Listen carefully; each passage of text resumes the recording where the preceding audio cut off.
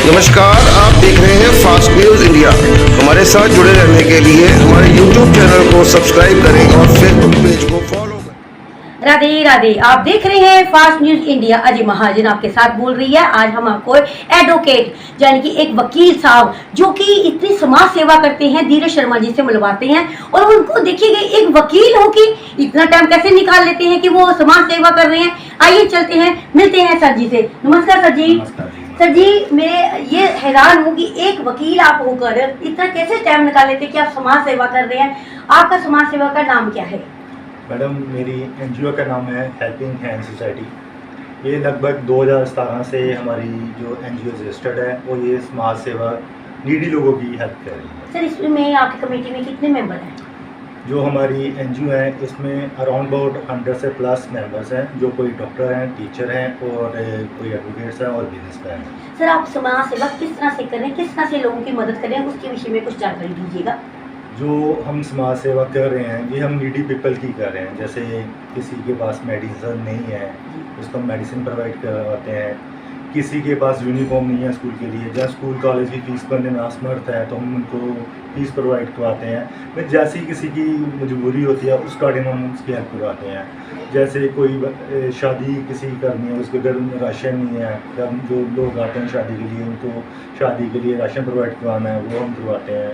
और जैसे ही लोगों की ज़रूरत होती है हमारी एनजीओ वैसे ही काम करती है। सर, इसमें क्या आपका कोई जो समाज सेवा करते हैं इसमें भी कोई जात पात रखी गई है कि जहाँ जो भी आपके पास चल के आ जाता है उसी की आप सेवा करते हैं? ऐसा कुछ नहीं है कि जात पात रखी है। हम बस वेरीफाई करते हैं कि जो सामने वाला इंसान हमारे पास आ रहा है वो नीडी होना चाहिए। उसके पास असमर्था होती है कि वो अपनी मेडिसिन नहीं ले सकता, या किसी भी की तरह उसकी मजबूरी होती है, हम उसकी मजबूरी को देख के काम करते हैं। बाकी जात पात को हम नहीं मानते। हमारे पास कोई भी आएगा जरूरतमंद, उसका हमेशा दिल से स्वागत है। सर, आपको अभी तक कोई अवार्ड मिले हो किसी विषय पे? हाँ जी, 2 अलग अलग सरकारों की तरफ से हमें अवार्ड मिल चुके हैं। सर, किस विषय पे आपको दिया, क्या काम किया जो आपको अवार्ड मिल गए हैं? देखिए मैडम, जैसे कोरोना के डेज थे, आप कोरोना को देखते हो कितनी भयानक बीमारी थी। उन दिनों में घर से कोई आदमी बाहर ही नहीं निकलता था, लेकिन हम लोग उन दिनों में भी घर से बाहर ही रहते थे। कोरोना में हमने गली गली, महल्ले महल्ले, विलेज विलेज में जाके लोगों की मदद करी। जो सूखा राशन था जिसमें हम पत्ती, चाय, आटा, राइस, है ना, ब्रश, जो भी डेली यूज़ की प्रोडक्ट्स होते थे वो हम उनके घर घर जाके देखे उन दिनों में। बाकी ऐसे हमारी एक्टिविटीज़ चलती रहती हैं। जैसे ब्लड कैंप लगवा दिया, ठीक है, कहीं पे जाके सेमिनार करवा दिया, ओल्ड एज होम चले गए, कुछ आश्रम में चले गए, कहीं ना कहीं हमारी एक्टिविटीज़ चलती ही रहती है। सर, क्या आपकी संस्था वो भी काम करती है? संस्था तो काफ़ी मैंने देखी खुली है नामों की। कई लोग व्यापारी आप देख रहे होंगे दिन पे दिन चोरियाँ हो रही हैं, कईयों की दुकानों पे आग लग रही है, तो क्या आप उस मुद्दे को भी लेके चलते हैं? देखिए, वो जो आपने बात बोली है, किसी भी शॉप में आग लगी, ये बहुत बुरी बात है। जिसका परिवार, एक दुकान छोटी है चाहे बड़ी से काम चल रहा है, उसमें ऐसे इंसिडेंट होना तो बहुत बुरी बात है। बाकी ये तो सारे काम सरकारों के हैं, सरकार को आगे आना चाहिए और इन चीज़ों पर भी काम करना चाहिए। जो किसी की कोई एक्सीडेंट हो रहा है, जिसकी जैसे आपने बोला कि दुकान में आग लगी है, तो सरकार को आगे यार किसी बरवाई जो भी सरकार मैक्सिमम उसकी हेल्प कर सकती है उसको करना चाहिए। सर, मैं संस्था का नाम तो नहीं लूँगी, कई मैंने ऐसी संस्था देखी है कि जब कोई गरीब बंदे को कुछ चेक दे रहा होता है, जब आपने संस्था खोल ली है उसको गुप्त भी तो आप रख सकते हैं। सर, क्या कहते हैं कि एक चेक देंगे, एक तो बेचारा मजबूरी आपसे मदद मांगने आया, उसको आपने 36 बारी चेक दे दिया, उसको अखबारों में निकाल दिया, यूट्यूब में निकाल दिया, उस बंदे की क्या हैसियत रहेगी? आपने तो अपनी फीतियाँ लगा लिया संस्था के नाम से। ऐसी कई संस्था देखी है, उसके विषय में आप क्या कहना चाहेंगे पब्लिक को?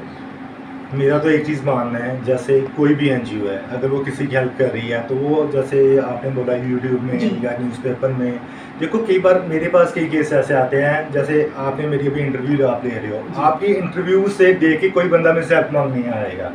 किसी को पता चलेगा कि ये एडवोकेट साहब ने एनजीओ ओपन करी और गरीब लोगों की मदद करते हैं। हमारे पास बहुत सारे फ़ोन कॉल आते हैं जो हमारी फेसबुक में आईडी में देखते हैं। अभी थोड़े दिन पहले मुझे फेसबुक में एक मैसेज आया हुआ था, वो दिल्ली से मैसेज था, तिलक नगर से, कि मेरी मदद करो। कहने की मतलब सोशल मीडिया के प्लेटफॉर्म से लोगों के पास मैसेज जाता है कि ये फलाना फलाना बंदा मदद करता है, इससे हम मदद मांग सकते हैं। इन केस मैं अपने ऊपर ही बात ले लेता हूँ, मैं किसी की मदद करता हूँ, मैं किसी को नहीं बताता। गुप्त दान करता हूँ, मैं गुप्त दान भी करता हूँ, पर मैं किसी को नहीं बताता। तो किसी लोगों को कैसे पता चलेगा कि वकील साहब के पास या हेल्पिंग हैंड सोसाइटी एनजीओ के पास जाके हमने मदद मांगनी है? उसके लिए प्रोसेस तो आप मीडिया लोग ही हो, आपके थ्रू ही हम लोगों के मैसेज आता है कि हम लोगों की हेल्प करते हैं। बस ये सिंपल सा फंडा है। सर एक आखिरी सवाल है कि आप, फिर मैंने पहले भी यही दोहराया था कि एक आप वकील हैं, सारा दिन आप वकालत करके थक जाते हैं, आपके पास टाइम नहीं होता, फिर भी आप इस काम सेवा कैसे करते हैं, इसके लिए कैसे निकालते हैं आप टाइम? देखिए, बचपन से ही मेरे माता पिता ने मुझे जो संस्कार दिए हैं मैं उनको फॉलो अप कर रहा हूँ। छोटे होते हैं मैं देखता था, मम्मी मेरे गवर्नमेंट टीचर रिटायर्ड अभी हुए और डैडी सेशन जज के रिटायर्ड हुए हैं, और मैं देखते थे वो अपने 10 फंड निकालते थे। जब उनकी सैलरी आनी है उन्हें अपना 10 फंड निकाल के वो डोनेट करना, कहीं किसी गरीब को दे देना, या किसी तरह भी नीडी पीपल को जो हेल्प करनी है।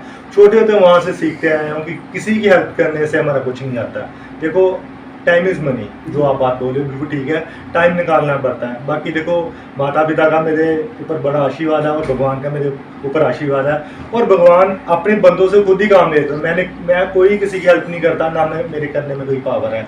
जो हेल्प हो रही है ये परम परमेश्वर, मेरे हनुमान जी और माता पिता जी का मेरे आशीर्वाद है कि जो जी मैं काम कर रहा हूँ। पहले तो हम सर जी का धन्यवाद करते हैं, कितनी अच्छी उन्होंने बात बोली कि मेरे मम्मी डैडी जो काम करते आए हैं शुरू से, मैं उनको देख के ही आगे बढ़ा हूँ। मगर आजकल के जो हम देखते हैं जनरेशन जो है वो आजकल की माँ बाप को नहीं पूछती है, बाहर जाने में दौड़ रही है, कोई इधर जा रहा है, कोई उधर जाने में लगा है। मगर पहले वकील ऐसे देखिए जो वकालत करते हुए भी निकाल रहे हैं टाइम समाज सेवा के लिए। इन्होंने अपने मम्मी डैडी का कितना आशीर्वाद लिया होगा जो उनको देखते हुए ही चल रहे हैं। दूसरी बात ये है कि ये कहते हैं मैं जात पात कोई नहीं देखता, मेरे पास कोई भी आ जाएगा, हर तरह की मेरे पास मदद है, चाहे वो चोरी की हो, चाहे आग लग जाए, या कोई राशन मांग ले, कोई दवाई मांग ले, कोई यूनिफॉर्म मांग ले। ऐसे वकील भी मैंने आज पहली बार अपनी जिंदगी में देखे जो समाज सेविका कर रहे हैं। मैं धन्यवाद करती हूँ fast news India Ajay Mahajan.